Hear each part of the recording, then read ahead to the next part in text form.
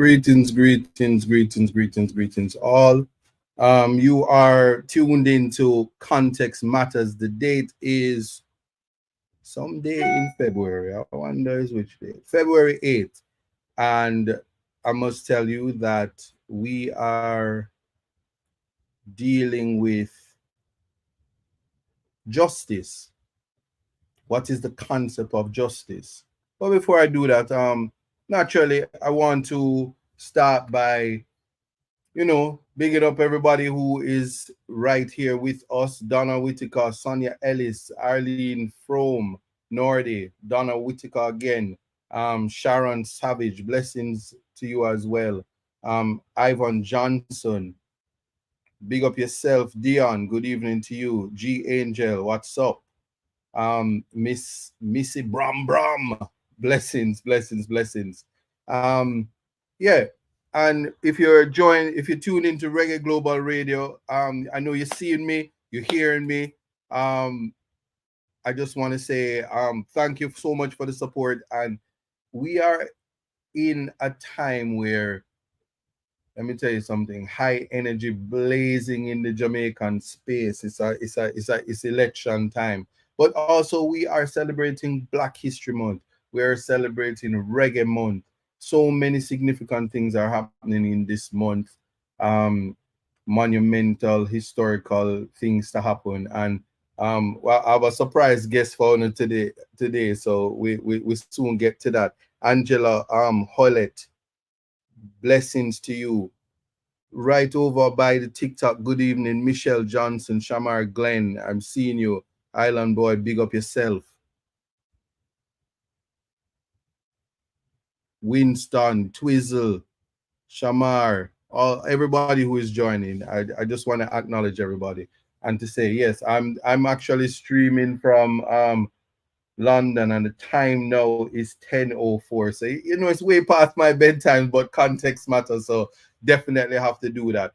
But we are, as I said, we what does justice look like? I would have said this: if justice is blind, can we trust the people who are to assist her to ensure that everybody who wants to access justice, everybody who wants to feel as if they matter, if we are always saying that context matter. Nordy, well, yeah, boss a secret, but I understand this. But yeah, anyway, um, if we are dealing with that, how best. So naturally, when we're dealing with justice, I have to go for the original justice man, the man responsible for changing the narrative in the Jamaican space. But you know what? I gotta try not to keep myself. You see, because I am a political dunce. I gotta leave it to the people who are not so political dunce to assist me in the conversation about justice. And I want to bring on right now Mr. Rattigan himself. Mr. Ratty. Everybody's like, this is not no surprise because we know already. But yeah, you never know until your guests arrive, and that's how it works behind the scene. But welcome, you are my first guest on Context Matters, and I wouldn't have it any other way. Thank you, sir. Thank you. Yes. Greetings to everybody in the chat room. Greetings to all of your viewers, and greetings to those who will join us later on. So, and thank you for having me on. I was really looking. I felt hurt because this is like what your fifth program, and you Boy, never invite it's me. cool. You never invite me. I felt slighted. I said, man, I can't believe my brother, you know, is treating me this way. But everything is for a reason. Maybe because I'm a political dunce. That's why you don't have me on. So No. You see, I am the political dunce. We have to go for what we have to go for. We have to go for the man. If I'm to quote the ambassador um uh, to Jamaica and the United States, it's the people, the 30 people, and you were there, so I'm including you, who marched it upon the United States by way of Florida and has caused the United States to put out travel advisory, albeit a health advisory. I just want to comment on that because you see, when we split in justice, we have to be fair So I want to hear your comment on that. Well, you know, I said, and our family members listening, and all of you in the chat, all family. Let me just say that that's a lot of credit that they gave the 30 people. And by the way, it started out. There's some people are saying it was 25. Some said the number was 40. In fact, the Gleaner said the number was 70, and then the ambassador said no. She says it's 30. But think about it. I believe, following her line of reasoning, her meaning the ambassador, we must be the 30 most powerful Jamaicans in America. Maybe 30 of the most powerful people in America, because according to her, we caused the United States to change its travel advisory for Jamaica. Mm-hmm. And we did it without even approaching the State Department. That's how powerful we are. We haven't had a single meeting with the State Department. But somehow they observed us marching and they felt like it was for a good effort, and that yes, these people, they're marching for their brothers and sisters in Jamaica, and they're marching against crime and poverty and corruption and service delivery failures and broken promises and so on and so forth. So we are going to issue a travel advisory. So that's one of the takes I have on it.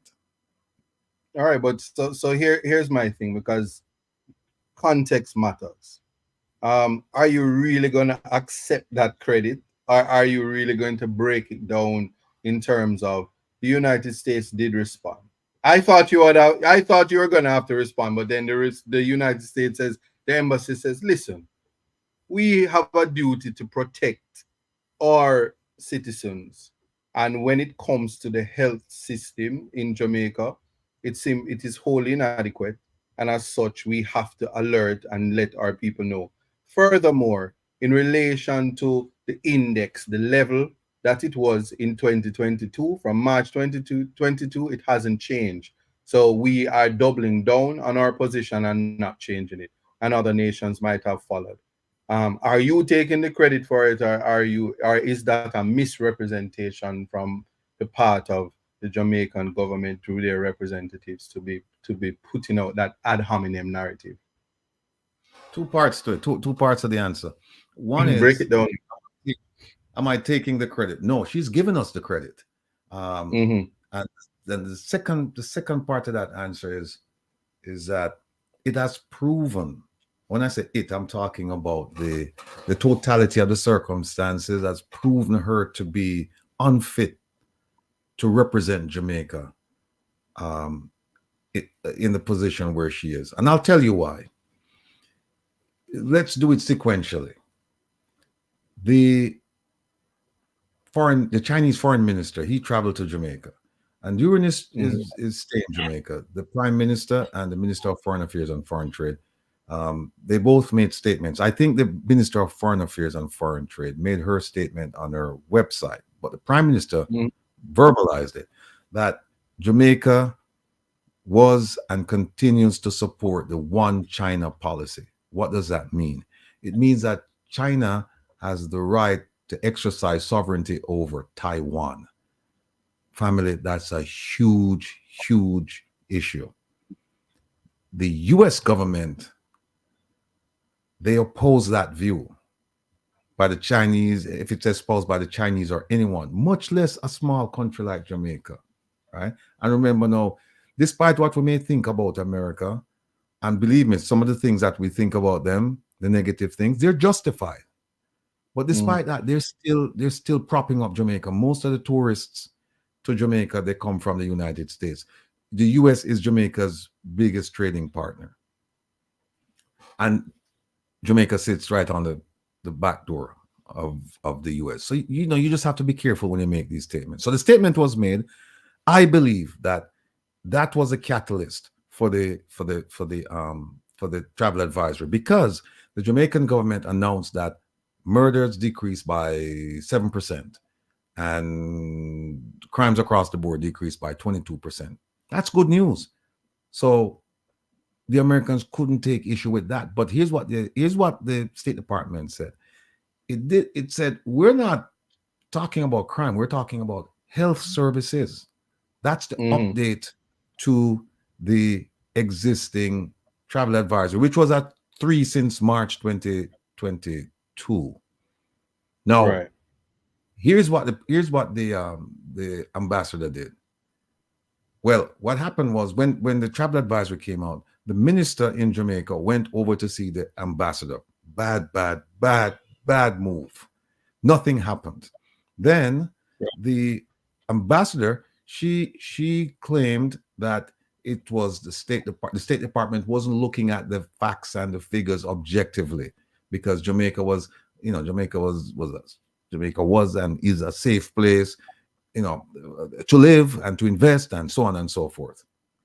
So then she must have had meetings with the State Department, and that didn't work out. And it was only after that point that we saw a second statement coming from her on her Instagram page saying that, oh, the reason why this is happening is because of those 30 people who protested down in Florida. So, and then the US government came out after that and said, no, this is not tied to any event. This is about protecting the people. So they basically said she lied. That's basically because she's saying it's a protest. And not only that, that's an insult to the US government, because they're saying, are you saying that 30 people who didn't even contact us, you're saying that they're so influential that they marched for a few hours down in Florida, and based on that march, we decided to change our travel advisory? And see, the thing is, they didn't even read the travel advisory, because the travel advisory, the travel advisory is more surrounding health, access to health care. The crime index has not changed because Jamaica remains at level 3. If I'm correct, I hope I'm not giving misinformation. So I saw articles from the Prime Minister, from the Minister of Tourism, and the tourism mogul, Mr. Adam Stewart, defending the position in terms of the safety of the tourists. But the travel advisory is about access to healthcare and whether, so do we have MEDVAC? Do we have the ability to deal with, if whether it be drowning, whether it be food poisoning, whatever it is, but the quality of healthcare, which had nothing to do with crime really. So I'm just taken aback by the narrative being pushed, and the fact that not from March 2022 there has been a level that Jamaica is on, and it hasn't changed. It is just the country showing, America showing, that they care for their citizens and they have a duty to them.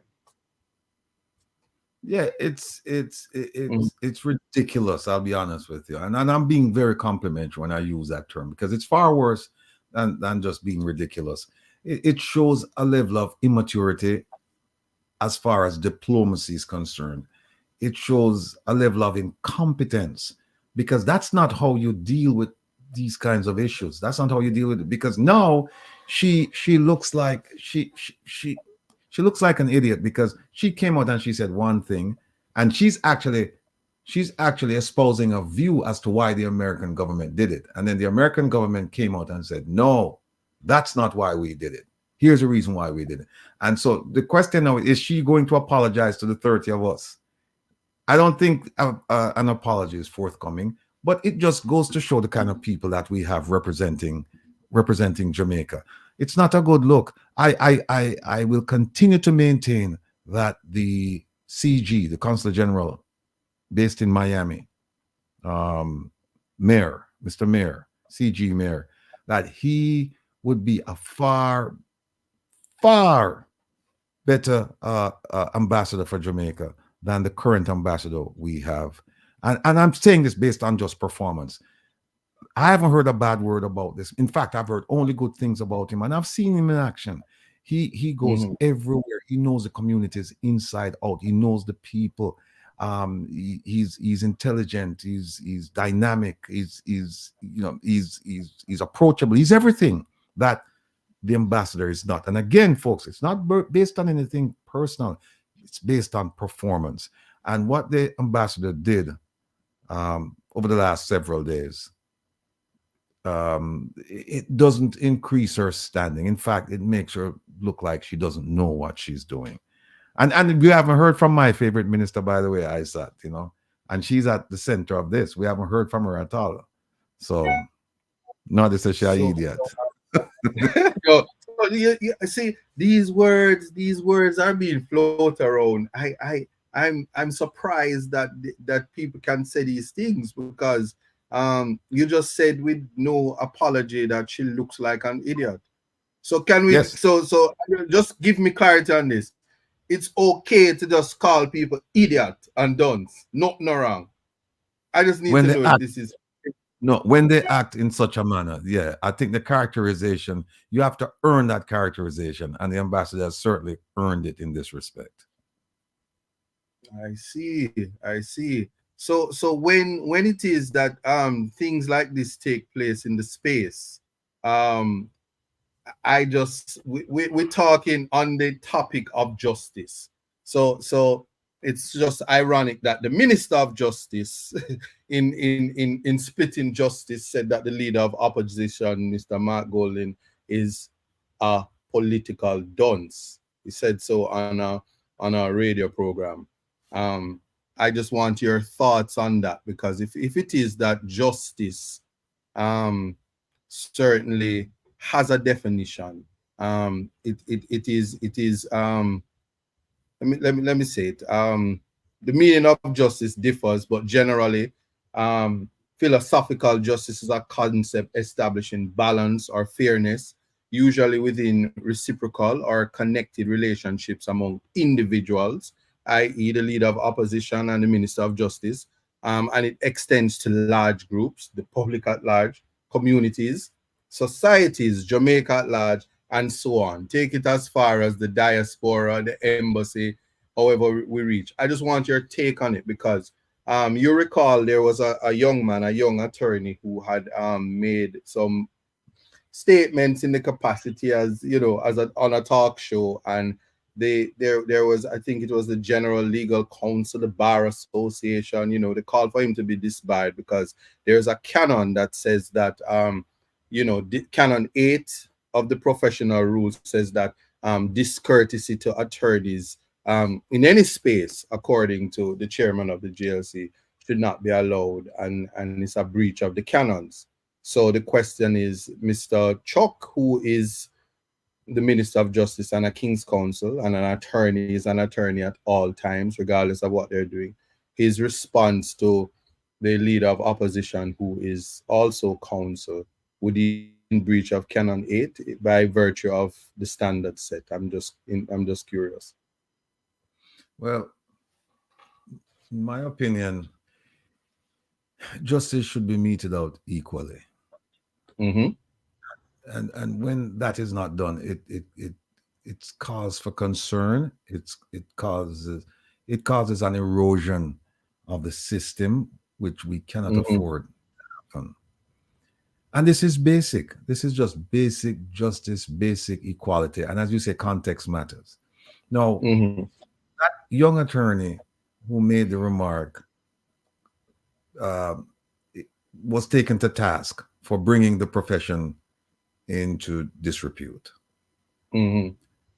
I think the same standard should be applied in this case, where the Minister of Justice, a Rhodes Scholar, an attorney who should definitely know better, calling somebody out like this.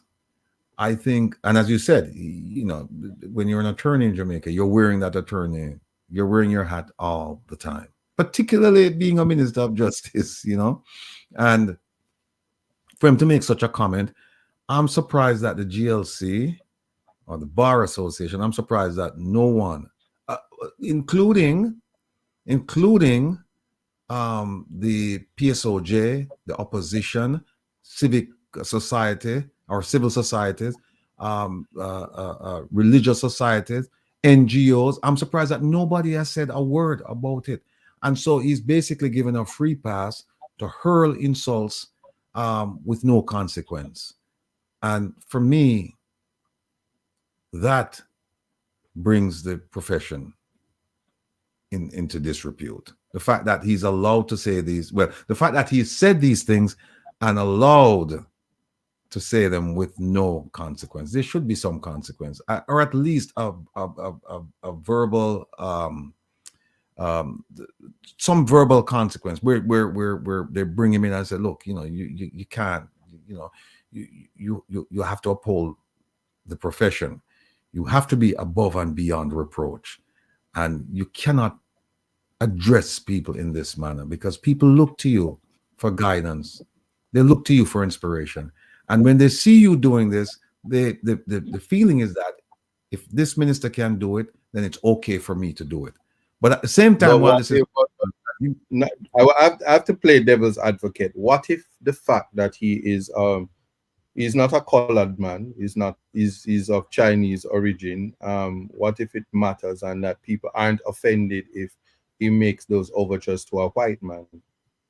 And as opposed to if you are a black man and you dare make those statements directed at a white man or a Chinese man, the hierarchy that exists in the Jamaican system would then come at you. I'm just asking because I'm trying to see the difference in terms of the public outrage, outcry, anything like that. And our leaders and our elders, our senior attorneys, the standards that they set says, do as I say, not as I do. So this is in the context of what we think justice is supposed to be. And you know, in terms of, and I use this moment to speak about, because we are dealing with trying to identify and have a feel of what is it, who gets it, do you get it, or who gets it, that kind of thing. So there are 5 main principles of social justice that are paramount to understanding the concept better, and they would be access to resources, who has those access, equity, participation. Notice we say equity and participation. So we expect, as you said earlier, that if the young council was taken to task, then certainly senior council, King's Council, conducting himself the same way, not in parliament, but on a radio program in response to the leader of opposition, who is a junior attorney to him, whether that is the standard that we want for a profession that they say is easily put into disrepute. Diversity. Is diversity playing here because is there standards for black people? Is there standards for Rastafarians? Is there standards for a multitude of those boxes as you tick them, as opposed to where your lot is in society? Then speak about human rights, freedom of expression, because if he does have freedom of expression, this is not much ado about nothing, but then who has freedom of expression? I know I said a lot, but I'm taking, as we say, context matter. I'm seeking your guidance on this because really it has left the reality, the Jamaican reality, in the space that there are different rules for different races, different classes, notwithstanding that is out of many one. And obviously your political alignment, how people feel about it, and where the power structure lies. So I'm just wondering. Yeah, but the thing is, I think you said it. I think you answered the question because I don't think, in terms of the equality or inequality, the way justice is dispensed. And here's why I said I don't think you'll find you'll find very few Jamaicans who will tell you that there is not an issue regarding colorism and classism. There are very few Jamaicans who will tell you that there is no such issue, because all you have to do is just go to the prison system and look to see who's there. Now, granted, Jamaica is what, 93% black, African, somewhere around there.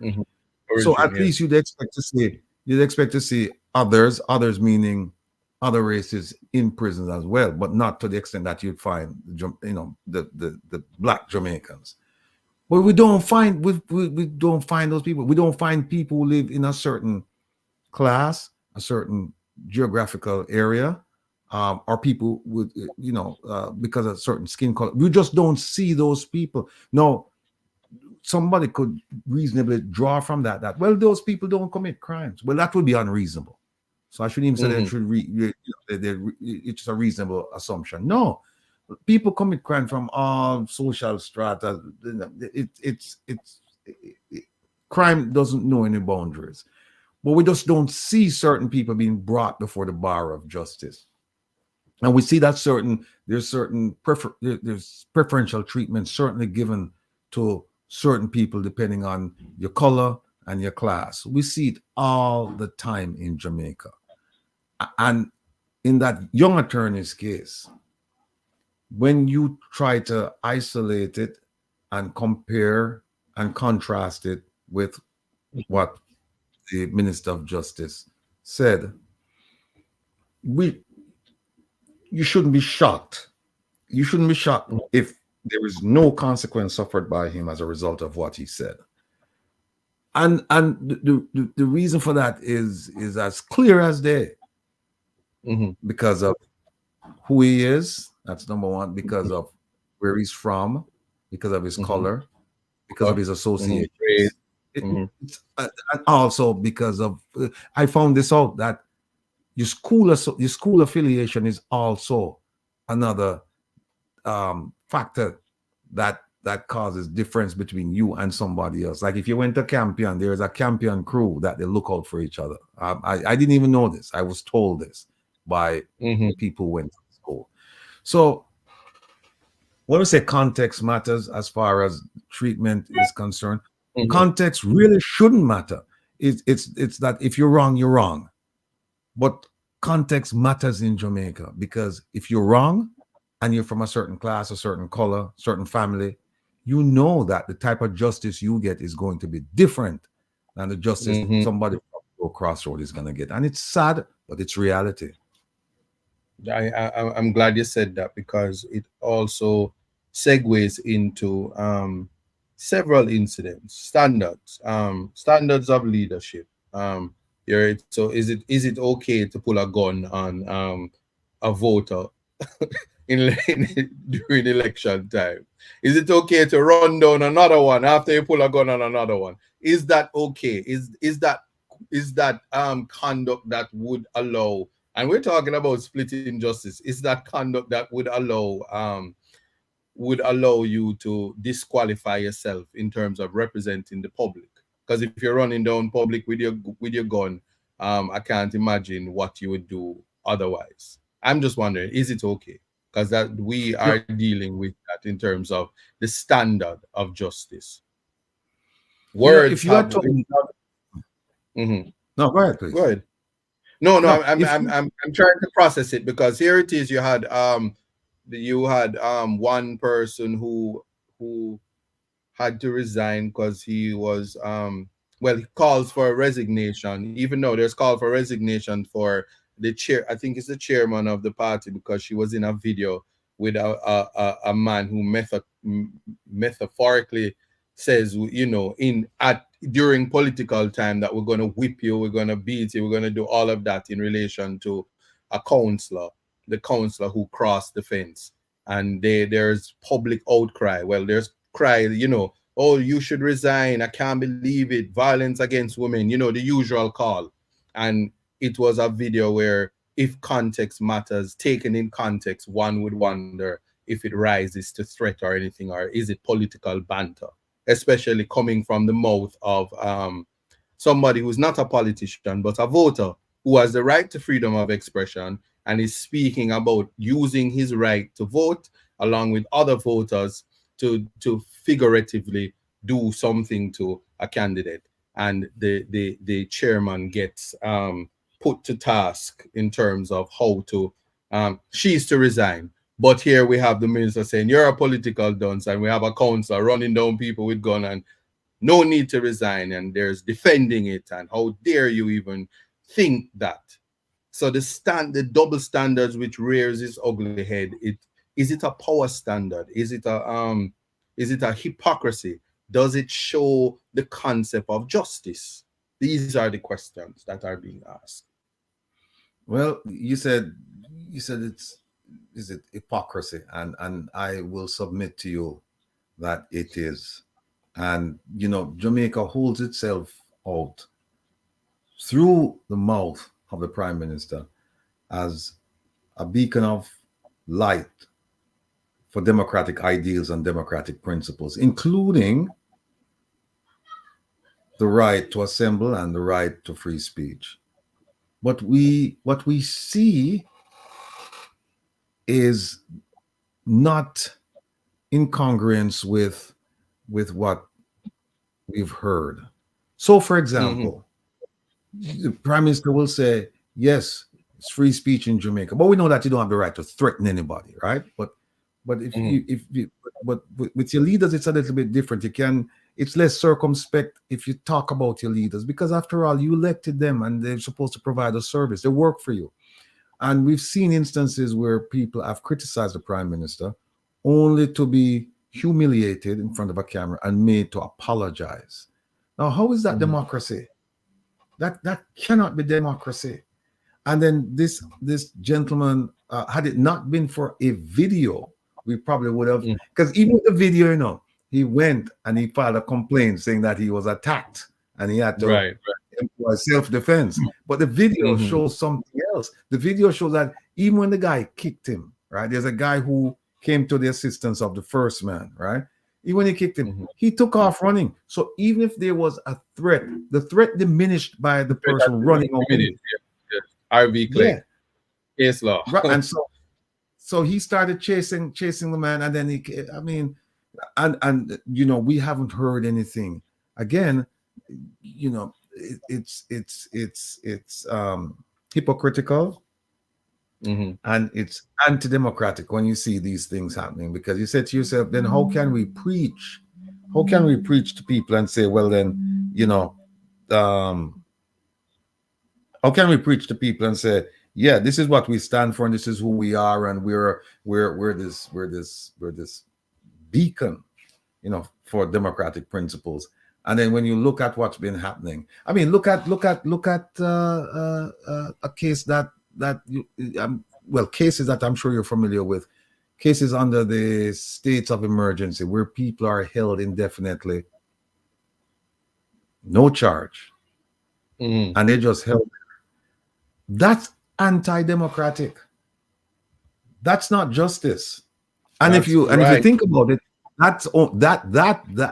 those things happen only in certain areas. They don't happen in certain areas. They never happen in certain areas. You would never see that up in Beverly Hills. You'll never see that up in Cherry Gardens, where they pass trying to grab people. Well, first of all, they're not going to put a state of emergency up in those places. It just won't happen. Not a heavily regulated one. All right. So there is a concept of selective justice which offends the rule of justice. What is the rule of justice? Well, it is a scheme or system of law in which every person receives his or her due from the system. So it including all rights, both natural and legal.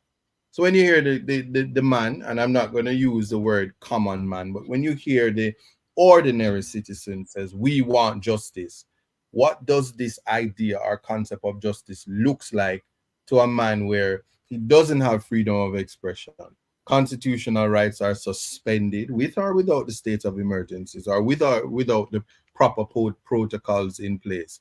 And naturally, when one looks at how justice is meted out, certainly, even now, the citizens are the most important now, at least until the 26th of February after voting.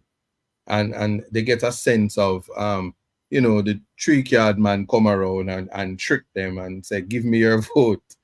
And having given up your vote and exercising your right as a citizen and all of that, you go back to being nothing. You go back to, if you're to access justice, you must do so through an attorney on a minimum wage, where an attorney is going to say consultation is a minimum of $15,000 for a phone call, $60,000 to write a letter, and your minimum wage is $13,000. How will you get, when they lock you up, you must seek compensation and you must get an attorney? how does that fit into what justice is supposed to look like? I'm asking the questions and leaving it out there. Yeah, well, you know, here's another one. Mm-hmm. There are there if we talk about justice, justice should be, as far as I'm concerned, it should be consistent, it should be standardized, it should be fluid, and it shouldn't Mm-hmm. matter where you come from. And that takes into consideration the the people with the people with the people with the power to enforce the laws. And we're talking about law enforcement officials as well as prosecutors, right? So Right. when you start having prosecutors with a tremendous amount of discretion that they can say, well, we're not going to prosecute this case, or we're going to prosecute this case, or they just say, we're not even going to touch that case, and they let the case lag. And then you have the statute of limitations, or you have the abuse of process defense. That is a problem. But here's the thing. All of these things that we're discussing, I submit to you Mm-hmm. that most of them, the ordinary Jamaican person sees and knows about them. The question is, what do we do as a nation to correct these issues? So far, we don't do anything. Maybe Right. because we're worried about putting food on the table, paying the bills, and so we have less time to even worry about, John Brown, who them just beat up on no reason, and them just throw him on the jeep and lock him up on no bail or whatever. We're concerned about our individual situation as opposed to situations that are affecting the entire nation. It may not affect you now, but it could affect you later. Or if it doesn't affect you, it will affect somebody or your neighbors. And we Mm-hmm. need to galvanize people to the point where people now start demanding justice. Because, as we said, justice delayed is justice denied. But there's some justice that is just not even delayed.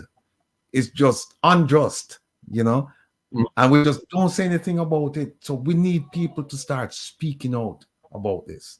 Yeah, but Um, that's the old adage. I don't. You just have to go. You don't have to look further because you all you need is the cameraman, local television, nice camera up into the inner city communities, and you have ladies with placards in um 90 slip, bonnets, setters, bag juice, the dog of him flag, whatever you want to say. And they say, we want justice, we want justice. But it doesn't get, it becomes a 9-day wonder. And the more things yeah. changes, the more it remains the same. I will say this, that the so there are types of justice.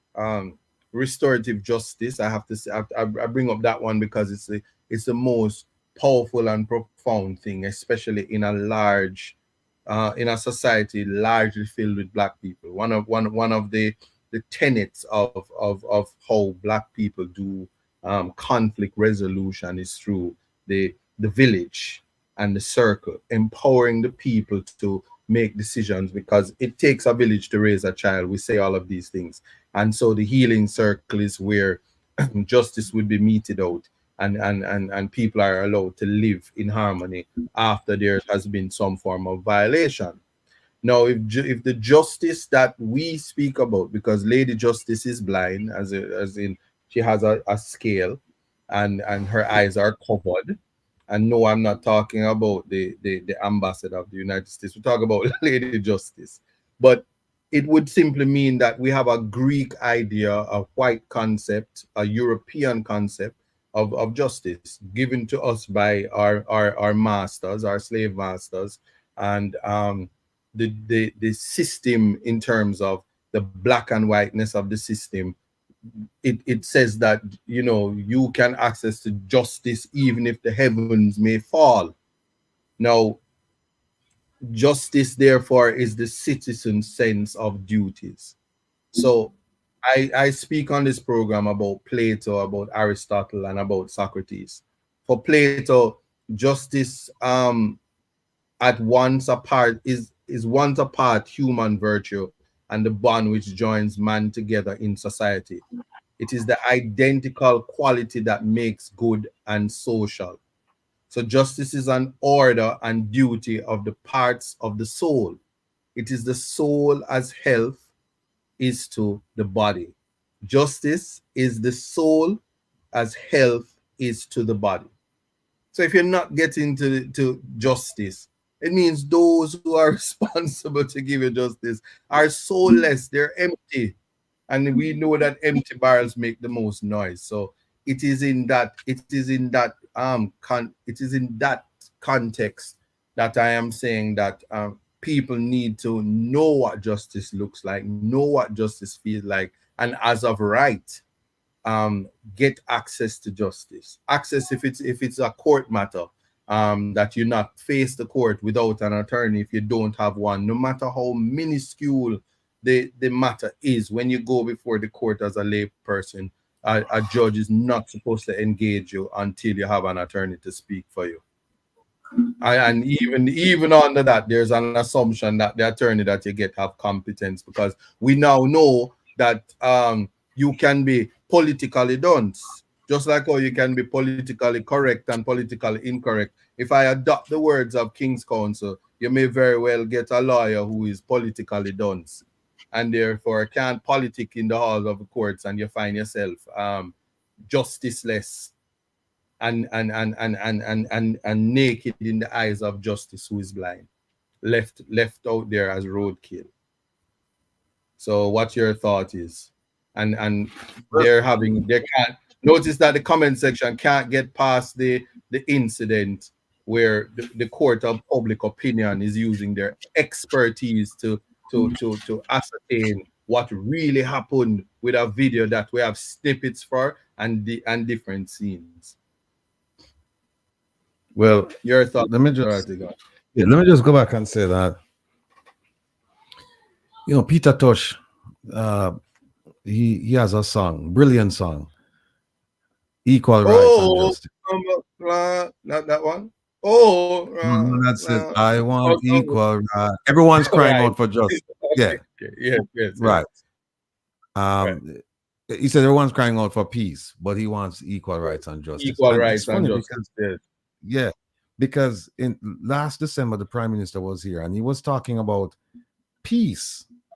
He's talking about peace because he said, and he said it on several occasions, that the violence in Jamaica, and it's so funny. The Prime Minister comes out and he says the violence in Jamaica is high because we're not at we don't have a civil war, but we're at war with ourselves. And then when the US government put out something about violence, them say, we're peaceful, But the Prime Minister himself said it. We don't have no crime. We don't usually have crime during election time. It's after they get the mandate that they said violence contributors emerge. So what he did was he was, and I'm trying to find his exact words here. Long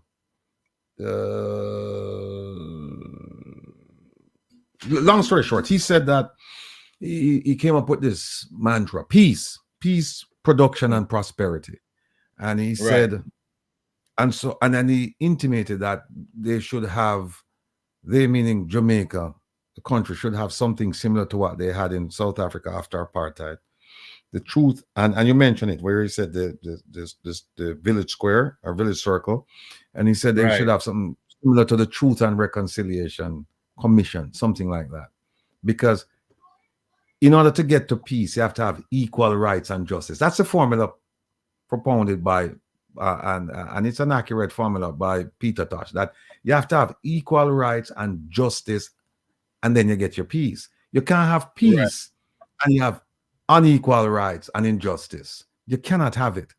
So the question is this, and the Prime Minister mentioned it: when is he going to have this Jamaican version of the Truth and Reconciliation Commission, and who will appear before that commission, and what will they say in order to rid themselves? You mentioned the soul a while ago, but in order to empty their souls of their wrongdoings and come to terms with their maker and the people whom they serve, so that we can move on, we can galvanize people and in terms of peace, safety, and security and move forward. When is that going to happen? See, we talk a lot about justice, but do we practice justice? We practice injustice. And therein lies the problem. When you have somebody in prison for 30 years and the man not convicted of any crime or anything like that, and I'm being told that there are more Yeah. people, like George him. Williams is 50 years. I freed him. So There you I go. Right. That is it's always been injustice. on my mind. Yeah, that is injustice. And so big up yourself, Kevin. Big up everybody in the chat. Yeah, I see some a whole heap of familiar names. Missy Yeah, Brown Brown, Nod. them follow No Ratty. man, them a support trying to follow them a follow me. I support them a support you because you're a good man and you do the right thing, you know. Some of them actually, to be honest with you, them tell me that them feel like you're restrained, that if you were outside the country, you'd be able to do a lot more if you lived outside the country, because you're outside the country now. But let's say if you lived outside the country, you'd be a force to reckon with, a bigger force to reckon with. But so I will say this, you know, I'm not restrained. I want to say this, and here's why I want to put context to this. What I do learn, and that's why I use context matters to give people an eye opener, is that if you are, we have the syndrome, they call it crab in the barrel, all of that. Plato actually says there is something called the allegory of the cave. And if you go to my first context matters program, it sets out what it is like. So those who actually leave the particular society and is able to observe what is happening on the ground, they see clear as day what goes on. So when you go back and you integrate into that very same society, it is almost like everything you say falls on deaf ears. So you have to find a way to emancipate those from mental slavery. Marcus Garvey said, up, you mighty race. You have to open the third eye, open the minds of the people to understand. And it's not education from a university that is going to do that. It is life experiences, and it is also being able to interact with people and teaching them how to critically think that will change the narrative as it goes on. Because you see, we're talking about soul, but what if the country that you live in, the concept of justice is clear as day, but it's just the people don't understand that. Plato says that the soul is a part of justice as health is to the body. But then his teacher Socrates, which is consistent with how Jamaica operates, says it does not include justice. He doesn't include justice as a virtue within the city. And he's suggesting that justice does not exist within the human soul either. Rather, it is the result of a well-ordered soul.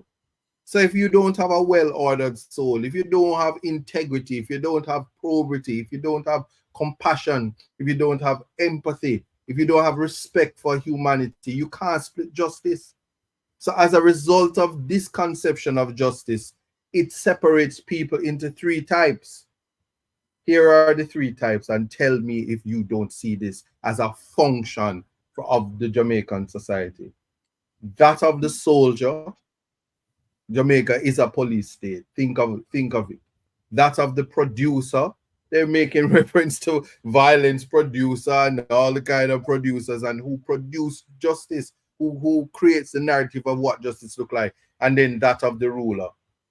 So different rules for the ruler, different rule for the soldier, and different rules for the producer.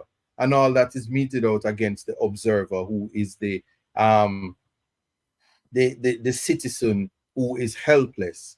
And justice will then be on a nepotism basis, because it is based on who you know.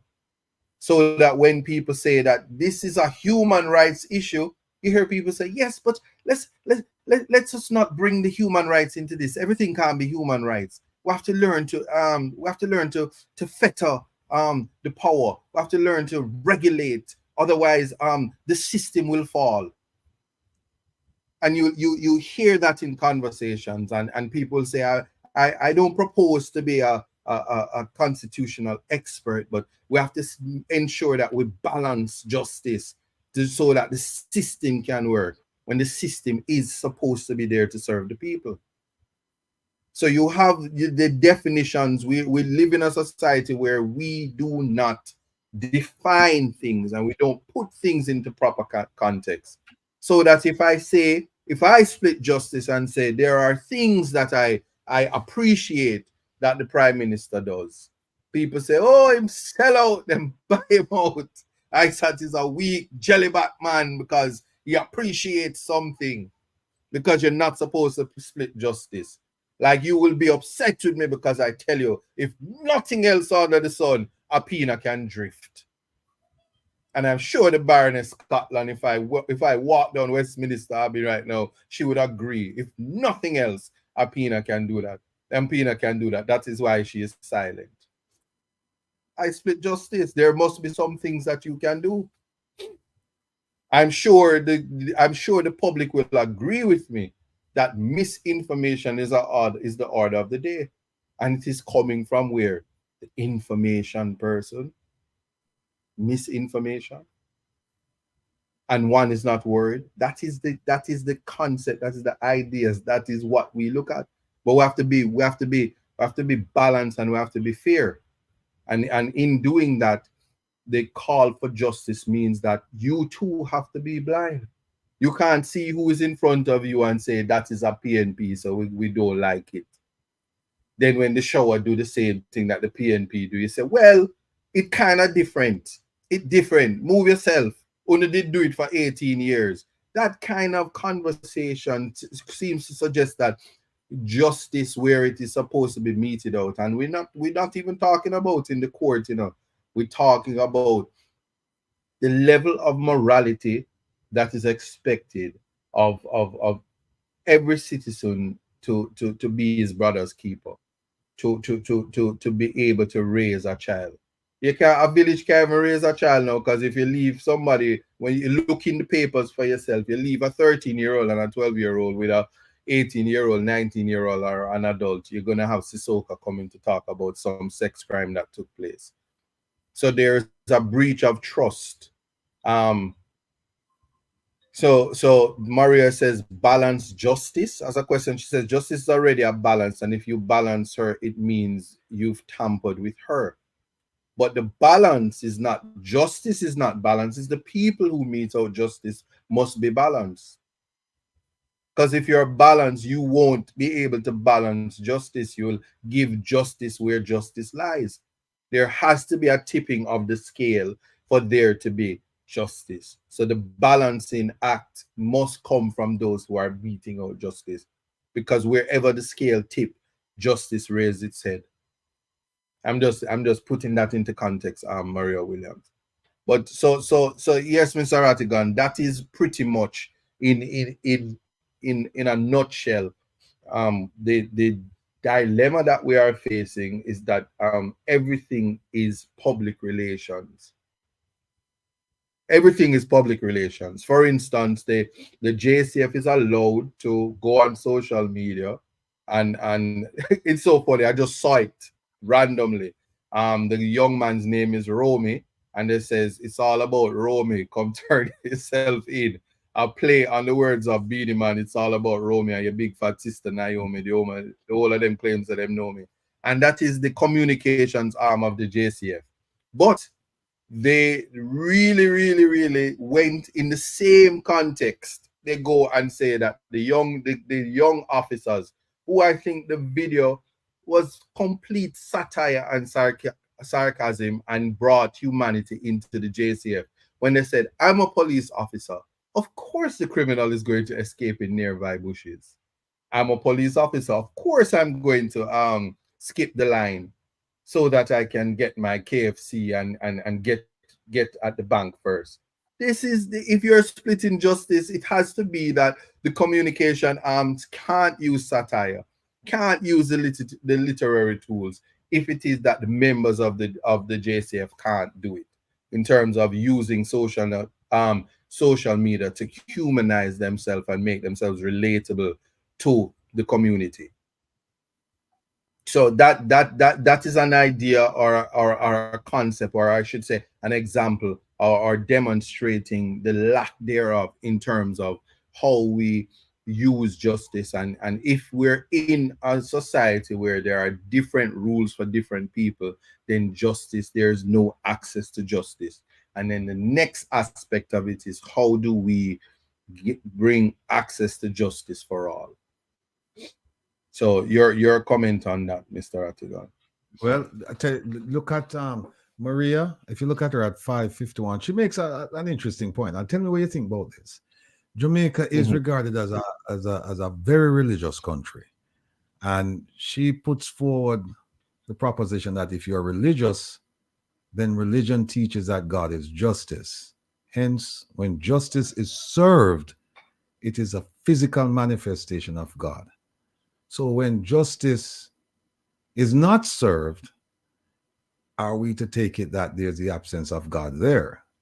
And then these people, as you're saying, they don't have a soul, because if soul is linked to justice, then their soul, that is either the absence of a soul or the soul is empty.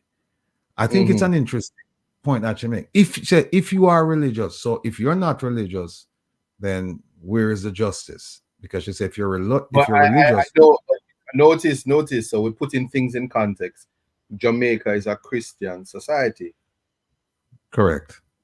That is very selective, because you are a Christian society, so you expect Christian principles until election call and them run out for the Obia man, them like the candle, them get the parchment paper, write up your name on it, make sure say who on one side are gonna get the sore foot, to open the road in a St. Thomas to make sure say you have access to all of the red dirt and all of the foul killing and the bloodletting, and the Obia man them out and bad. Reminiscent of a church in Montego Bay that is the may soul rest in peace. Kevin Smith was his name, and he died under very suspicious circumstances. But then they're back at the Obia, and we have an existing Obia Act. So where would be the justice if at the time these things are to happen? We're seeing everything, and then there is freedom of religion, because if you're not a Christian, you have the right to exercise your religion and display your belief. And so if it's election time and it's time to guard up, the Christians is gonna say, but that is so uncouth. But then if your religion is, listen to me, man, get 2 chicken and a buckle of Ray and nephew, and do what you have to do. Because it's only the Haitians them can fight the dopey them where people are summoned. For I guess it's votes. I don't know. It's a matter for you, but how that's a response to saying Jamaica is a Christian society and justice is of God. Because believe me, when it comes to justice, even the heavens must fall to ensure that a man must get justice. That is a concept and idea of justice. Well, it's like I said, it's kind of hypocritical that before we have some business to do on Reggae Global Radio, so we're going into a 5-minute commercial. So if you're tuned in on Reggae Global Radio, stay tuned, because we are talking about justice. Who gets it? Get it? We'll be back. Yeah, I like that.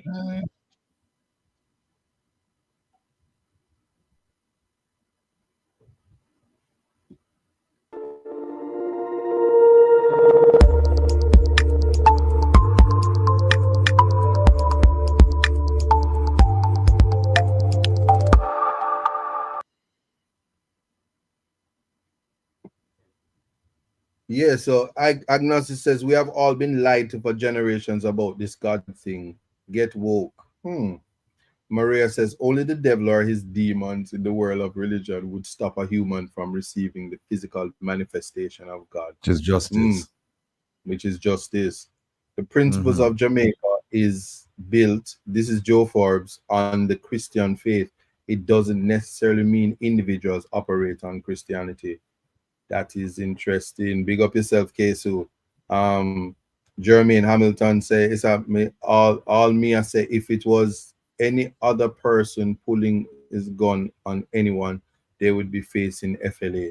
Well, there was a time when the man, the lady who was not of sound mind approached him at Scotia Bank and he pulled his gun and there was public outcry about pulling your gun. Um, Going into the second hour, I will speak on self-defense. Um, and I would have done that in other forums, but just to put context to it, because we have a lot of village lawyers that I can tell you, this is where I will say the uneducated ones in law should really leave the law to the judges. They should really allow, if they feel like it is a matter that will come before the court by virtue of an assault, um then not a battery but an assault by definition, then we would understand that the video evidence, when it is put into context, will tell a different story. So let me address that. Um, Me a village lawyer, I studied. Joe Forbes, well, let me tell you something. RV Clegg says if the threat is away, it can't be self-defense. So running down somebody with a gun when the threat has passed. If I hit you and I'm running away from you, pulling the gun or using the gun at that time would not constitute self-defense. In any case, self-defense, the response must be proportionate to the threat. So if I'm coming at you with my fist and I thumping you up, you better thump me back, because if you pull a gun, you are bringing a gun to a fist fight, and that self-defense would fail. I can tell you that. So it doesn't matter how you turn and twist the video, the conduct of the person would not amount to self-defense. So when it comes to splitting justice, the case law is clear, and the case law is coming from the Privy Council, Palmer and the Queen, Beckford and the Queen. And when you have excessive force where that is concerned and pulling a gun, there are also FLA protocols as to when a concealed weapon is to be brandished. And so we could have conversations about that, but that's not my fight. That the person has a lawyer and the lawyer has put forward that it is self-defense and everybody's entitled to the presumption of innocence. And then by you using that, the prosecution will decide if they'll use a nolle prosecute and end proceedings, or they will prosecute, or whatever they will do. The thing is, there's also the idea that is that type of conduct acceptable, and would you want that person to be your representative? Obviously the answer to that is much ado about nothing, because we have a representative who has hit a woman with a chair and remains the representative, and people move past that. So violence is something that in the Jamaican society is much ado about nothing. In fact, we are very okay with physical violence and have a serious problem with expressive violence. In other words, the way we hate dancehall culture and dancehall music, we don't even want to hear persons using words because it's offensive, and they much prefer that you carry out your anger in using physical means, and that's how that allows them to say we are a violent society and we must put people behind bars, and the bars that we put people behind are not conducive to house human beings. So we create subhumans and barbaric beings, and then Jamaica goes in that perpetual cycle of lack of humanity, lack of empathy, lack of compassion, lack of just the reality that we are a decaying society. And then we seem to settle. I mean, so you saw the video. I'm a labor right. $13,000 a week makes me feel all right, or something like that. So when you put these things in context, and I'm not making a political speech, I'm speaking about justice and equality. What you want for yourself, you must want for your brothers and sisters.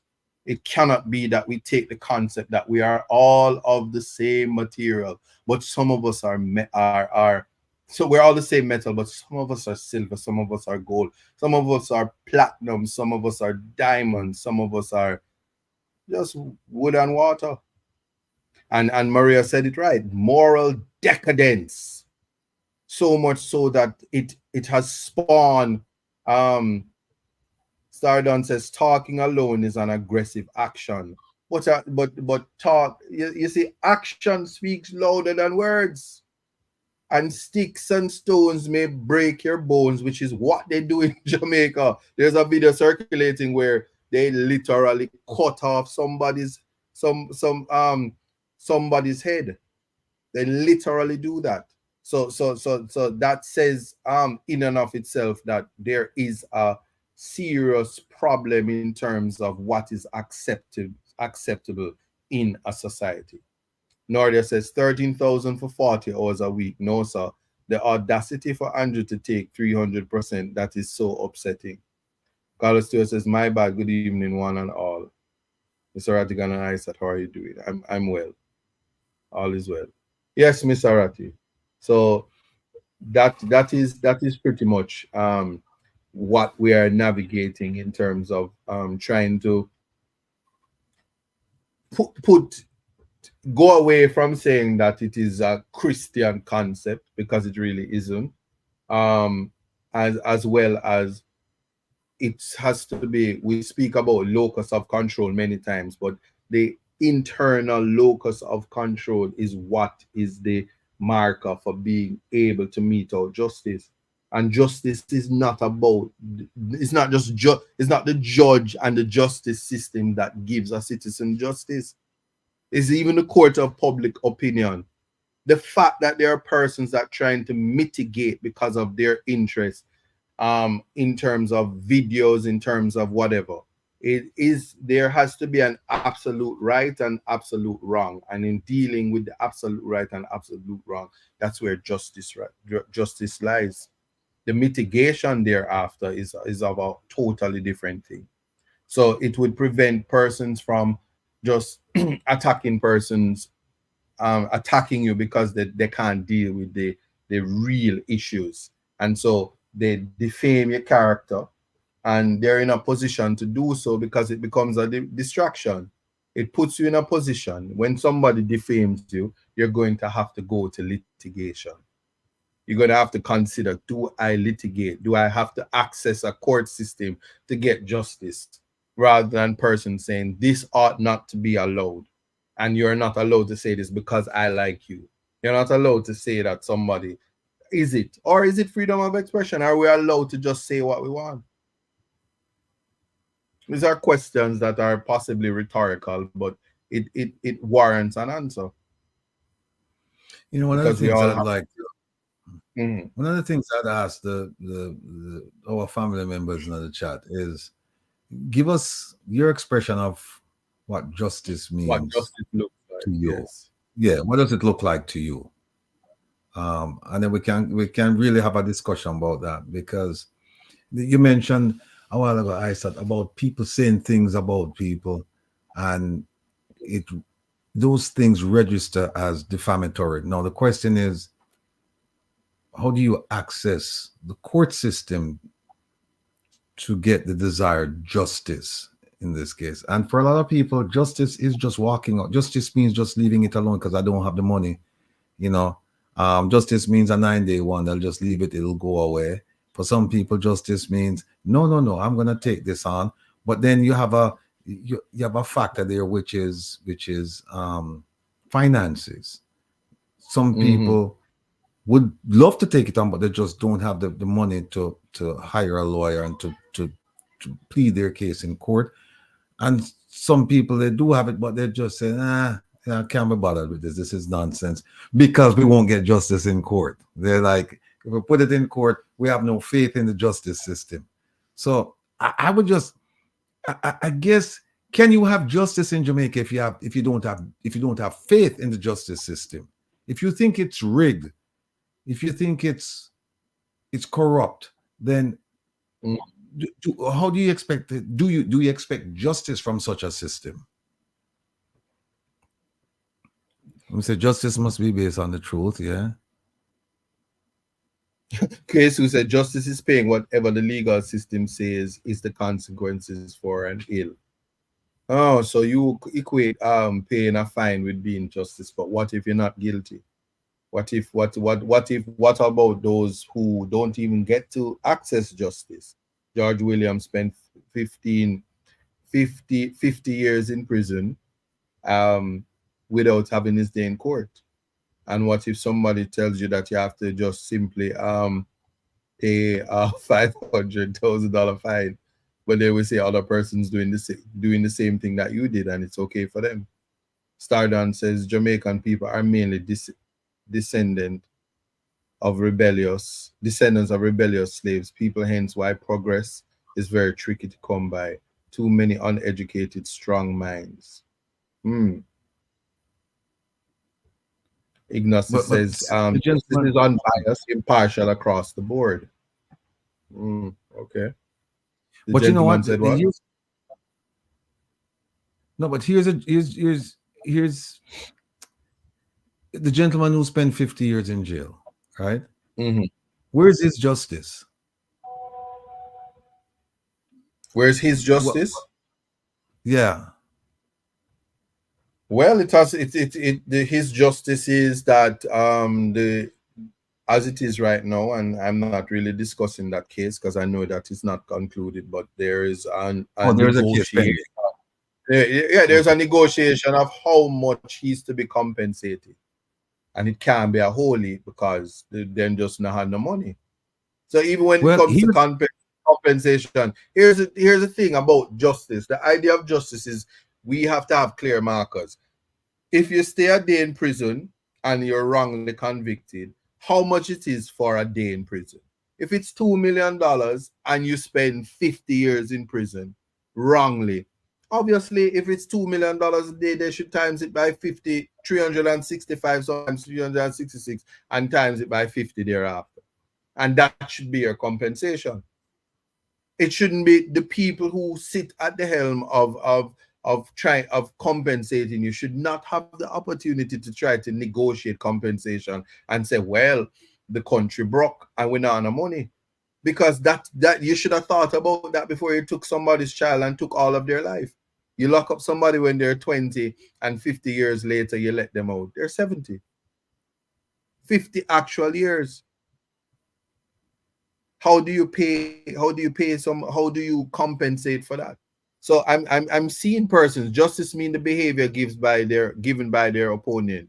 um then somebody says, whose pocket this $500,000 going into? All those things should not matter, save and except that context matters, because if it going in my pocket, obviously every time I sit and how I have to sing for my supper. Obviously, when I sit, when I hear you talking, if how I make my money is that I must find people. I'm gonna say I hear what you're saying, but I find you $50,000 because I have to make my money. So that's not justice. That's self-serving interest. That's self-serving interest. Similarly, like how the taxpayers' money at the time, whoever put the ticket system in place, they just wanted to collect revenue, and they did so, and now the taxpayers is going to have to foot the bill. So some minister at the time messed up, and now the taxpayers have to foot the bill. Where is the justice in that? So justice take form is not just criminal justice, it's not just criminal justice, but in relation to criminal justice. Before I go back and read the rest, people need to know that there's something called the justice gap, especially in Jamaica. It is the difference between the number of crimes recorded and the number of crimes where the offender is brought to justice. It is also known as the process of attrition. So they do all of these things and they get almighty and all things. I'm not going to discuss cases, but they try in public and everybody say you're guilty. And then you go into the court and they really don't have the evidence, but they carry your name through the mud and they do all that they need to do. Sometimes they do criminal acts to try to get convictions. And then when they do that, and the convictions are either overturned or the person is found not guilty, or the judge exercises the constitutional rules and cause somebody and rules of evidence and say that there's no case to answer, or a jury finds the person not guilty. People cry about not justice and what is not justice.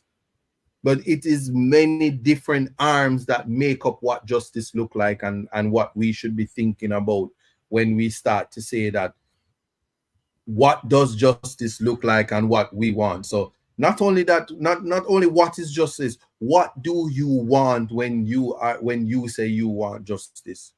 That should be that's the context that we're putting it. Because I can start by telling you I want to be treated fairly. No, nobody come tell me say my nose big, because the prime minister knows big too. Leave me alone. I don't want anybody say, listen, we're gonna give you a life sentence, but here's some KFC. I hope that consoles you. I don't want that. I want to be treated fairly. I want what the Constitution says are my rights. Don't give me any special treatment. Don't treat me better because, oh, I know Ratigan and Ratigan knows this, and then I'm treated better. Treat me by like everybody else is treated. I'm not a police officer, so no, I don't need to be at the front of the line. I will join the line.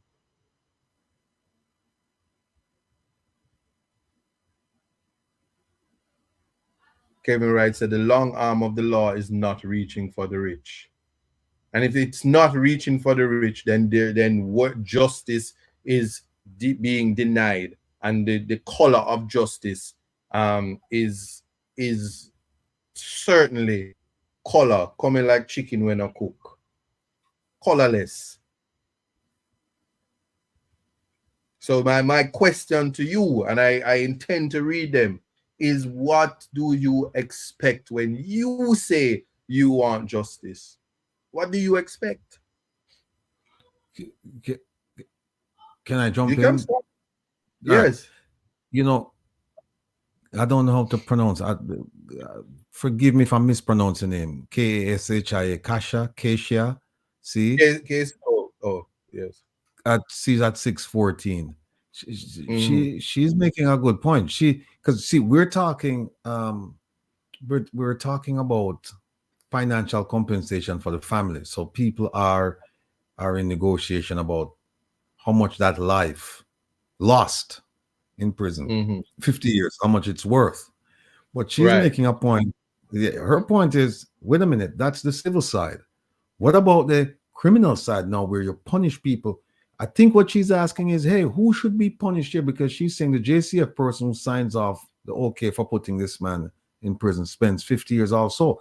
Let me use this opportunity to talk about justice. Because you see, when we talk about justice, we talk as if there's only one form of justice, right? But let me tell you about another form of justice that I've been exposed to, and they have a lower crime rate than most places in the world. Places in the Middle East, like in Saudi Arabia, right? Tell me if this is justice. If you kill your neighbor, right, regardless of the reason, you kill your neighbor. What happens there is that they say, okay, you've committed a crime against the tribe, the family, the tribe, and you've also committed a crime against the state. So what they say is, look, the man you killed, if he was a breadwinner for his family, the perpetrator, the family of the decedent, they can say, look, don't put him to death, because putting him to death, we're still gonna be suffering, because our breadwinner is gone, our father is gone. So what we'd like to do is, we would like, you use a formula whereby this man who killed our father, who killed our brother, who killed our uncle, whatever, he and his tribe and his family, they're going to pay what they call blood money. They're going to pay for the upkeep of this family for a certain amount of time. So they have the right to say kill him or don't kill him. So in some instances, they'll say don't kill him, we'll take X amount from him and his family and his tribe, because it's still largely a tribal society. However, Right. and if that is okay, that is worked out between the families. Now, the government steps in and said, okay, that's fine. You can work it out with him about sparing his life, but he has also committed a crime against the state. So he owes us some time. So he's going to prison, whether it's 20 years, 25 years, or whatever, but his life will be spared. Similarly, Right. you hear them say, oh, they chop off a man, and if you steal and things like that. It depends. If you steal to feed your family, they will not chop your hand off. What they'll do is they'll take care of your family, but you're going to prison. If you're a criminal, if that's your profession, if you constantly steal, then your hand is gone. But if you steal to feed your family, so the question is that justice in the murder case where the family gets to say spare his life, or if the family could say, no, we don't want any money, we want him killed, then the state will dispose of him. Is that justice? That's not justice. All right, tell me why it's not justice. That's not justice because if Jamaica is a Christian society, then we must understand that the very Christian society would appreciate that we had moved away from Moses' law. That whole concept of an eye for an eye, it simply doesn't work. But isn't it doesn't work. But isn't that like a history lesson, and isn't that like more like a concept? Because we should put that question to Jamaicans to say, if somebody murdered your father, yes, and the law gives you the right to say, well, we want him killed, or spare his life, but have him take care of the family, because killing him is not going to help us, because we're still going to be, homeless, without food, shelter, and all. Let him take care of our well-being. On $13,000 minimum wage. They might just say kill him. They might just say kill him. But because here's the thing. But here's the thing. You could say, all right, you know what? Let the justice system take care of this. And so he's in prison, and you're outside starving because and you get no satisfaction. You get there is no finality to this thing, because he killed your father, he killed the breadwinner, he killed your mother's husband, but he's alive, he's in jail, and you are still without food, right? The breadwinner is gone, and so there's nobody to take care of you. So wouldn't it be better then to say, no, you know what? Whether it's 13,000 or whatever, it's whatever it is, it's more than we would have gotten by just sending him to prison. What do you think about that? Sonia says she wouldn't want him money to feed her. Right. But look at what Maria said. She said, just because we move away from it. Maria is for it. Maria make it clear. Yeah, Maria said, just because we move away from the eye for an eye doesn't mean it wasn't. So here's why I depart from that. And I like the way you sneak in the death penalty into this conversation. Because you are for the death penalty and I am not. No. So no matter that's the thing. No. But I'm glad you bring it, because here's why context matter. Because we must learn to recognize the system no matter how it presents itself. One cannot say that they are against abortion, but they are for the death penalty. It is completely inconsistent. And consistency. All right. All right. You have children that you dearly love, right? And you have a murderer who comes into your place of residence, and let's say you're married and you have 4 kids, and this murderer comes into your place, and he kills all 4 children, and he rapes your wife, and then he kills your wife, and you have a video camera showing all of this, right? All of that, and he leaves, and he's apprehended later on. You would say, no, I don't want the death penalty for him. I want him to be forgiven. I want him to go to prison and languish in prison for the rest of his life, 20 years, 25 years, whatever. You would want that. Of course. All right. Now make a throw it out to the people. Go to the people and ask them. What would you react if somebody broke into your house? You're not there. Rape your wife, kill your kids, kill your wife as well.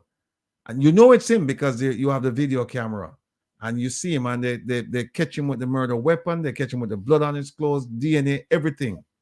would you say, and they said, okay, what do you want us to kill him, or do you want, should there be a death penalty for him, or should he just walk free? And by the way, keep in mind that in Jamaica, if you commit murder, you stand about a 90% chance of getting away with it. Why? Because the crime scene is going to be contaminated. It's almost a given. And a good defense attorney will get the client off. So, but putting that aside, would you want that person to walk free, or would you want that person to be put to death? Sonia said that's a tough pill to swallow. Fatima said, I'd rather have him serve life in prison. Maria says, two different things. One violate you and the other innocent. Joette Dixon said, isn't the law and religion two separate things? Well, not quite. I'm sure you've heard about the Judeo-Christian tradition as far as the laws are concerned. Death is no revenge. Lorraine, that's an interesting take. You're saying you don't know until you're there. Mr. Beckford said, no. See, I would not want him to walk free. Kevin says, take him out of society. All right, here's how I look at it. I am not for capital punishment, absolutely, right? Mm-hmm. And the way I would like capital punishment to be exacted against criminals, I don't know if it will ever work, right? But here's how I look at it. I look at it that if you're 100% sure that this man committed all of these crimes and rape your wife, kill your wife, and kill your 4 kids, you know it's him. That this man, with the death penalty, we know, and some people say it's not a deterrence because it won't stop people from committing crimes. No, but it will stop him. That's all my concern is, the man who killed my wife and my 4 kids. Him. He will not be coming back to cause grief and mayhem to other families. So in that case, yes. But if you tell me about a case where an innocent person ended up on death row and through DNA or whatever, then they said, no, this is the wrong person, then I'm with you right there. So that's what I'm saying. It's problem. So the thing about justice, remember, we're talking about justice. It is better for guilty men to walk free than innocent men to be put to death. Yeah, but is it better? Yeah, but is it better? No, yeah, is it better? It is better. It's that's in relation to the death penalty. Right. What has happened many times in this in the world at large is that the governments are issuing certificates and apologies to persons who were put to death. Now that DNA has exonerated them, a man says, I am innocent, and in the court of public opinion, they said he was guilty, and they're happy, and the jury say, yes, sentence them to death, and they're put to death. And then guess what? We have bad policing, corrupt police, tampering of evidence that would have caused person to be found guilty. Having been found guilty, when you get the evidence to show that there was tampering and all of that, people says, okay, let's issue apologies. So in any event, I'm saying this, and so I'm seeing in the comments where persons, Monica says, hell no, I don't want them to walk free. There's a big difference from saying putting somebody in prison for life and giving somebody the death penalty. And so when it comes to splitting justice, the death penalty it could never be a concept of splitting justice, because it is the state that is saying that. There have been times when the family says we don't want it, but the judge orders it anyway. That is sentencing is the power of the judge. It is not the citizen. And so restorative justice is what you are speaking of, and we don't have that. We don't have restorative justice where the victim is empowered to pick the sentence. And for the obvious reason is that a victim empowered to pick the sentence and his heart is heavy, he may very well say, I want you to have the death penalty because you pinch me. Or how dare you quote a song from a popular DJ? You should get life in prison and put to death, you miscreant. And society should say, yes, you shouldn't be in a part of the society because you're a political dunce. Yeah. So we have to look at it. We have to look. We have to look at it in the context of what we're asking and what we're proposing. And so, not on context matter, not on reasoning with Ratigan, not on Partner Draw TV, not on the Wayne Lonesome show, not on Tavares show. I am consistent in the death penalty. You can't trick me, Mr. Ratty. No, no, no. Your mic, I'm not hearing you. No, I'm not trying to trick you. All I'm saying is Okay, that okay, the okay. views are interesting because I see where Joette says no more repeat offenders around here. So you know where she's going with that. And Monica Yes, says, she "Hell said no, kill I them don't all want and to done. off free." Because here's the thing: some people say some people say that's not justice, that's an injustice because he killed. And now, guess what? Taxpayers now have to go support him for whatever period of time he's going to spend behind bars. And a lot of these criminals, what do they get? They plead on the case to manslaughter and they serve a reduced time and then they're out again. And But that's a so part of that's a part of the what justice Joet system. says, no more repeat. What Joet is saying, a guy like that should never be allowed to repeat the offenses. So once you catch somebody like that, then you do away with him. And when some people say, yeah, but yeah, say no, this one not coming back. This one is not coming back. Make somebody else go commit another murder, but not this murderer. But you're saying it's better off to let the murderer go rather than to have an innocent man executed. Of course. Yes. No, That's why I'm no, telling you. There is no. listen, it's when we think about justice. Remember this, Yeah, there our erudite jurist says even the heavens will fall but Isaac, here's to make what I'm sure saying. that justice is served. No, but here's the point I'm making. The point I'm making is that when you say it's better for for a guilty person to escape justice than to have an innocent person put to death, I'm saying no. Put the guilty person to death and release the innocent person.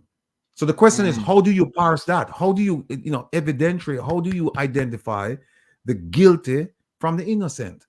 And therein Right. lies the problem. Because I'm saying, well, let me ask you, all right, let me ask you this. If you could prove, right, beyond a shadow of a doubt, that all of these Yes. people, 100 people who have been convicted for murder, that they've all murdered. There is no doubt in your mind that they've all murdered a lot of people. Would you still maintain that? No, we have Yes, them. I'm gonna maintain it, and here's why. Wonderful, beautiful international law, and you said it earlier. You said Jamaica has agreed that I don't want to use the wrong language and supports China's position on The one China on policy. the The one one China China policy. policy. Yes, get in line. Our beloved Jamaica had declined to put in a vote in terms of the ceasefire with Israel and Hamas. Do you see the airstrikes? Do you see the murder? Do you see the mayhem? Those persons, nobody's responsible. Nobody's going to be put to death. And for war crimes, we have let me tell you something. Though you said it earlier, you have people who celebrate Rhodes Scholar. Rhodes, they celebrate him. And he has more bodies under his belt. So there are persons in history. I'm not even going to call Hitler's name because him not bad like some other people. It's just the race that were put to death. And so it cannot be that we the law itself recognize things like international law, and so there are casualties. And you can just do all of that. And then you remember, yeah, go ahead. Because I'm simply saying that there has to be a case where if we value life, which is something that's not valid in Jamaica. I'm not even talking about other places in the world, because crime that you must understand, and why the death penalty work in a lot of other areas, is that majority of the people who commit crimes, are black people. And so we coming from a system where black persons weren't even considered human beings in the first place, so it was easy to just put people to death like that. It is when you start to look at it. And so in the Jamaican context, where you have improper investigation, where you have nepotism, where you have where you have doubt as to whether even where evidence gathering is concerned, that there is a problem in terms of chain of custody and all of that. Is it okay to say that you put a man to death in those circumstances? Where you have uncertainty. Pratt and Morgan, you had people on death row and them can't execute the people because the system is broken. The delay, all of these things taken into consideration does not fall into the category of what justice looks like. And so you right there and then would have to dismiss it. So while it might work in other societies, certainly in the Jamaican context, is not something that we should do. We are very, and that's it, our society lacks compassion. Our society lacks a soul. So our society, justice is really absent. We're talking about extreme forms of justice. But I'm saying, is it okay that you can go to school, but my children can't go? Is it justice where it is if you go to Campion, your life is much better than somebody who went to Merle Grove or Meadowbrook? So put that there. Yeah. So let me say it like that. Is it okay? Is it okay that you're a bad man because you didn't go to Campion, Mr. Rattigan? You went to that school somewhere in Red Hills, Meadowbrook, like me. Is it okay? Is it okay that when we let our light so shine that we're defamed and marred because we didn't go to Campion? Is that justice? Is that what justice looks like? And maybe it's high time that they go and look at how the schools associate and how the school raise us. Because if a school like Meadowbrook is raising freedom fighters, then maybe they need to go find out what's going on down at that school. I don't know. That's a matter for them. But what does justice look like? We can't stray from that. And the situation ethics of it is what is so different. See, Maria is saying a guy came and steal millions of people, enslave them, and steal the minerals from their land. And you say black people are criminals. But then guess what? The same people then say, you cannot steal because you'll be locked up. After stealing everything, they create a system. So after everything is after a country is raped, robbed, marred, then law comes into place. And so the discomfort in readily changing laws to suit the ruler class, and ensure that, for instance, what is the difference between corruption and lottery scamming? What is the difference? Yet corruption in the Jamaican space is treated so differently, and people have a so what approach to corruption. We are having local government election with no definitive answers as to who the six are.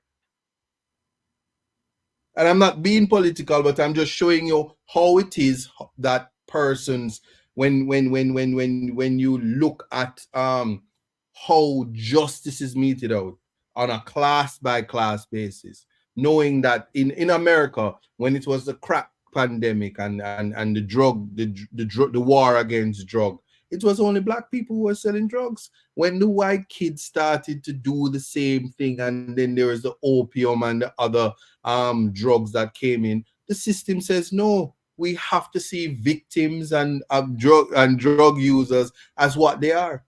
It wasn't so for the crack for the cocaine abusers and the crack abusers. And so the laws, see, so their laws to protect their ill-begotten gains, there is just nothing changes. The more things changes, the more they remain the same.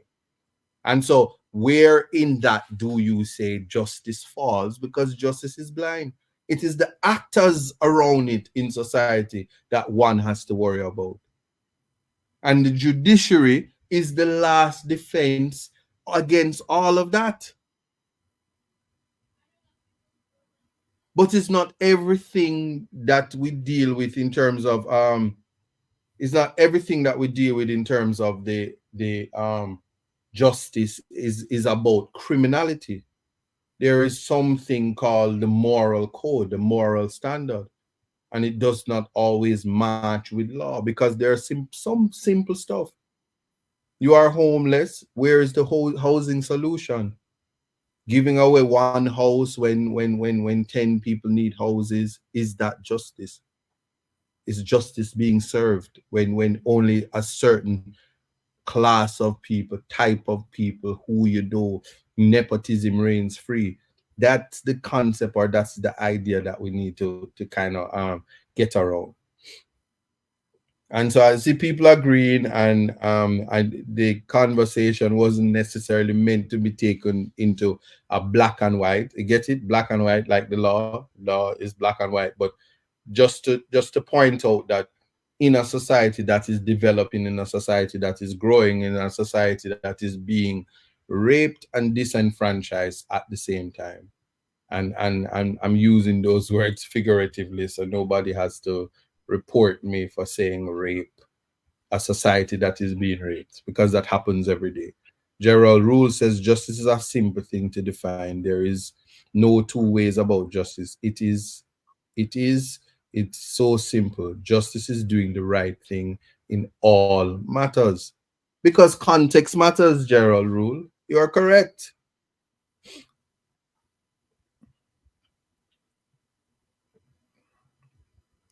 Your final thoughts, though, Mr. Artigan. No, well, Monica Wills says that May 10th she'll see me to tell me about justice. Well, Monica, I'm looking forward to meeting you, and the number of people who will be at the corner of 2nd Avenue and 42nd on May 10th between 9 a.m. and 1 p.m. I'm looking forward to meeting all of you. And if 30 people can cause the State Department to institute travel advisory against Jamaica, then just think about what many more people, I won't even put a number there, just many more people, just think about what we're going to be able to do. If we have that power, that 30 of us could convince the State Department to do that. Just think about the numbers of people out there. Now, let me ask this question, I said. Since Jamaica is a Christian society, and since they've gotten rid of Moses' law, eye for an eye, tooth for a tooth, and now it's all about forgiveness, right? What are we doing with the penal code with death penalty? With the death penalty still, it's not enforced. When was the last time it was enforced? When was the last time? 1988. 88, not too long ago. Yeah. All right. Right. So why is it still on the books then, if we truly believe all of these things? If we believe in the power of redemption, if we believe in forgiveness, if we believe that the abrogation of Moses' law, eye for an eye, tooth for a tooth, and if we believe that justice doesn't mean killing somebody because they have killed, then why do we still have the death penalty on the books? Better question. No, I why did we even have it in the first place? Because we had it in the first place because we received the law. We inherited the law. We inherited our judicial system. That's why we had it. And we got it from a Christian nation, right? Yes. Okay. So without even going that far back, let's just say we got it, right? But now we are so-called independent, right? Since 62. So why with all this enlightenment that we have, why is it that we still have the death penalty on the books and we're not even enforcing it? Why? Well, we can't enforce it. I tell you that we can't enforce it. And why not get rid of it then? No, we don't get rid of it because we have leaders who believe that people must be put to death.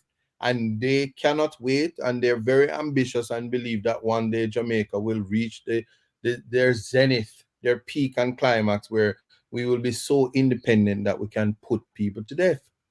And until then, in the words of that's my what, favorite minister, mm, that will never happen as long as Jamaica is dependent on the EU, Canada, and the US, and there's Amnesty International out there. Never happen. yeah, but what if Jamaica decides that they're going to align themselves with China and Russia and the nations that do have a problem doing those things? Well, Jamaica will do so at its own peril. Well, I'm just saying, but I'm leaving that to show you that is, I'm just responding as to why it remains on the book. But it is a very inhumane thing, and it offends the Constitution. Well, we should do a poll one of these. We should do a poll one of these days, and then find out whether people, they want it to remain on the books, or they want it to be abolished. And then if that is the case, where people are saying we want it to be abolished, then they should petition their representatives in Parliament and say, abolish this. We don't need it. Yeah, but no, we don't need to do that. I don't care what the politicians think in Jamaica. They can't. So just keep it on the books then. Just keep it on the books. The Obia Act is on the books. I see somebody working Obia just last week in public space, lighting. But here's the thing, though. Here's the thing. Mm-hmm. They camouflage that under the rubric of culture. It's kind of camouflage, but death is not. It's not. You can't camouflage that unless you're going to say it's manslaughter. It is the Jamaican murder cannot culture. be camouflaged unless you're going to say it's manslaughter, or if you bring it in Jamaica, where 94, you stand a 90% chance of getting away with it. Well, somebody put right there that the Boogery laws is still on the books. Yes. Yeah. So why are we having these things on the books? Why do we still have it on the books? Yeah, what if you don't want them? Why do you still have them on the books? And I'm saying, it is not the people who don't want them. It is the people outside of the country who says you're not to have them, and we're not an independent. So we're not independent. No, we're not. We're okay. We are a country of beggars who are wholly dependent on the first world nations. That is how the world is situated, and that's what globalization has brought us. But notwithstanding that, we still should have a concept of what justice is supposed to look like, which was the fulcrum of this conversation. So I welcome and thank you very much for your participation and pushing your death penalty agenda. You and your 30 friends. Is it up? No. You and your 30 friends who have highlighted 29. It's really, say it's really 60 people was out there, and I don't know why the numbers dwindled. But the Gleaner says 70. The Gleaner says 70. Yeah? The Gleaner says 70 people. Yeah. I don't know. Well, what I will say, you and your revolving, fluctuating numbers who have caused Jamaica tourism to go down in the middle of an election, knowing that we need money, and then not sending a dime or a letter or a 50-cent stamp, and barrels don't generally come in February and March. Right? True. So because of what you have done, you and your friends have done to Jamaica, we have to make sure that we uphold some semblance of humanity to ensure that when people say heads will roll, I've seen a video circulated where 2 heads are just cut off, and that's that's jungle justice, if you ask me. That is barbarianism, and that's the thing that we need to try to bring back a sense of humanity. The subhumans that exist, that are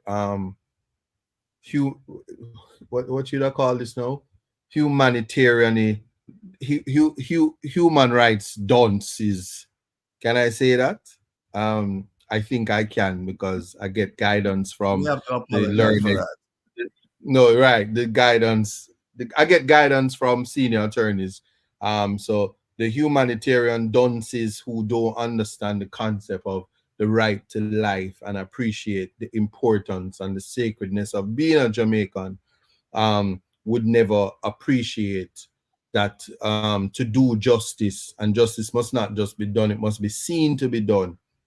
And again, I will close this show by saying, when you think about justice, even the heavens must fall and bow down to justice. Because, to borrow from, is Maria said, yeah, justice is God, and God is justice, and God is love. So there's no place for hatred and retribution and Moses' law and eye for an eye. Because when you juke out the eye, you can't replace it.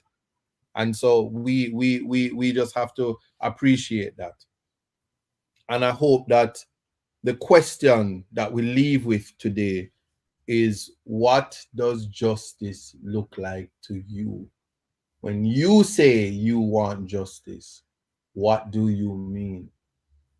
Define it, see it, say it, define it, own it, command it.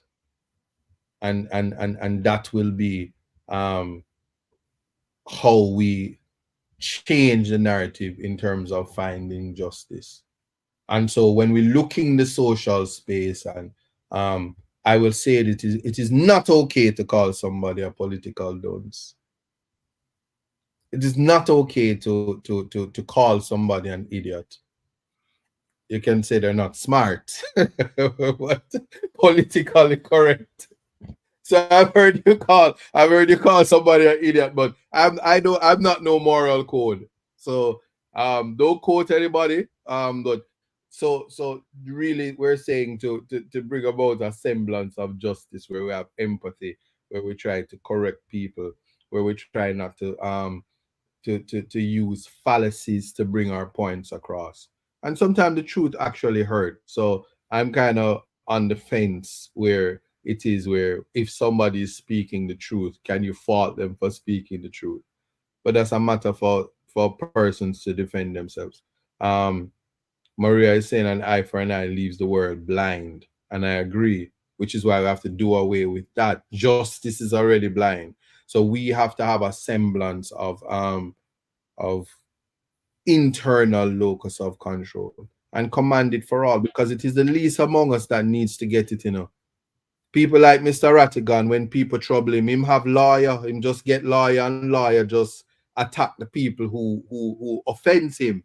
It's not so. And I I too am blessed to say that when trouble comes my way, I too have lawyers. So we need lawyers. And what about the man who cannot afford it? What about the man who cannot do the that was not deliberate. What about the man who needs who doesn't have that? How do we get justice for them? It will not come from the legal aid clinic. In a political climate, it is wrong for a candidate to run down a citizen with a gun. Simple. It is wrong for anybody to pull a gun on a man who doesn't have a weapon. And it should be as last resort. When it comes to, even if you don't like a candidate that crossed the fence, it is completely unacceptable to stand in a video and allow words that would assume to be a threat to be put out against a candidate, if we're saying that we're changing the narratives. So if we're dealing with justice and we're talking about equality, doesn't matter which side you're on, you have to say, you have to be true and say this is wrong or that is wrong. And if you find that it is on the fence, that's fine. For instance, as we look at things that's happening in the social space, internationally, locally, people shouldn't be killing. So there should be a ceasefire in the Hamas-Israel situation. There's no and peace talks is something that should be promoted, regardless of which side you're on. That is about justice. But maybe some people are driving unholy cars, and then in that the case, it says you probably need to go to the holy water car wash, where they will wash the hell out of your car. And maybe some people need to go bathe so they can wash the hell out of them. go to a spa, or let's try this, because we're wrapping up now. We have to be truthful. sometimes it is, I don't say it's me, but if I'm sometimes you're in a class and context does matter. The teacher says, if I say I am beautiful, my sentence is in which tense? Does this little boy, should he be punished and pay a $500,000 fine? And should he be suspended from school for 2 years and get left behind? Because he said that must be in the past tense, miss. Context does matter. And it's a matter for you if you think that miss is beautiful or not. But that in my mind is how I'm going to leave the discussion. But when you will know it is justice when you recognize it, and justice is for the victim, justice is for the nation, and justice is also for the accused, the defendant. And when the scales of justice is tipped, it might not be it will not be balanced, but during the balancing act, what comes out is what justice is supposed to be, or justice is supposed to look like. And I would say that it is a conversation that will be continued, not on this platform, but certainly as I reason with Ratigan on a Saturday, and in any other space or forum where it comes up. But yes, I'm leaving the photo as an anecdote to bring across the point that context does matter. And in this Millicent, behave yourself. I don't know who that picture remind you of, but I will say this. I feel like I am that student, because if I were in a class and a teacher look like that and says, if I say I am beautiful, my sentence in which tense, I would say it must be the figurative tense, it must be the past tense, it might be the future tense if you borrow Kim Kardashian plastic surgeon, but certainly it is not in the present tense. And leave it at that, because the truth is the truth and it's not an offense. And No, but so before you go, you know what? yeah, What if the response had been the past? Like, because she's asking a question. If I say I'm beautiful, my sentence is in which tense? And so his response is the past. Like he's yes, yeah. What for the in that past context? tense. Yeah, Yeah, it must be, because he's saying right now as I'm looking at you, you're not beautiful at right. all. So that's why context matters. But the most important thing is if he's speaking the truth, and that is beauty is in the eyes of the beholder. Don't get me wrong. But if he's speaking the truth, is this a situation where he goes to the principal's office? But also look at the other students. The other students represents a community of people who would not speak the truth in fear of freedom of expression. Um, Lloyd Green says the teacher looks like somebody. Well, Easy all now, I'm easy now, mister. Easy now, easy now. yeah, we're not gonna Control go there. yourself, easy. But but that is why, and Angela said, Anita Pringle says it's best. Context matters. Because even then, beauty is in the eyes of the beholder. Um, somebody there's every maca have them stick a bush, and if she says she's beautiful, it's definitely in the tense of who is in the eyes of the beholder. But if it is the truth tense, one would say you should never use that word, miss.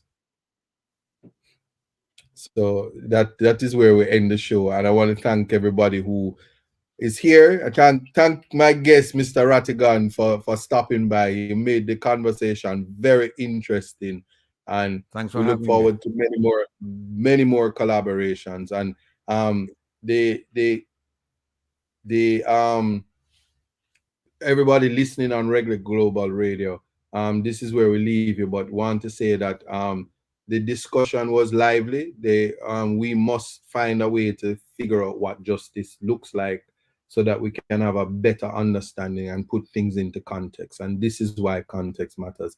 I'm leaving the show there. The comment section, you are very lively, and I look forward to the conversation growing like this.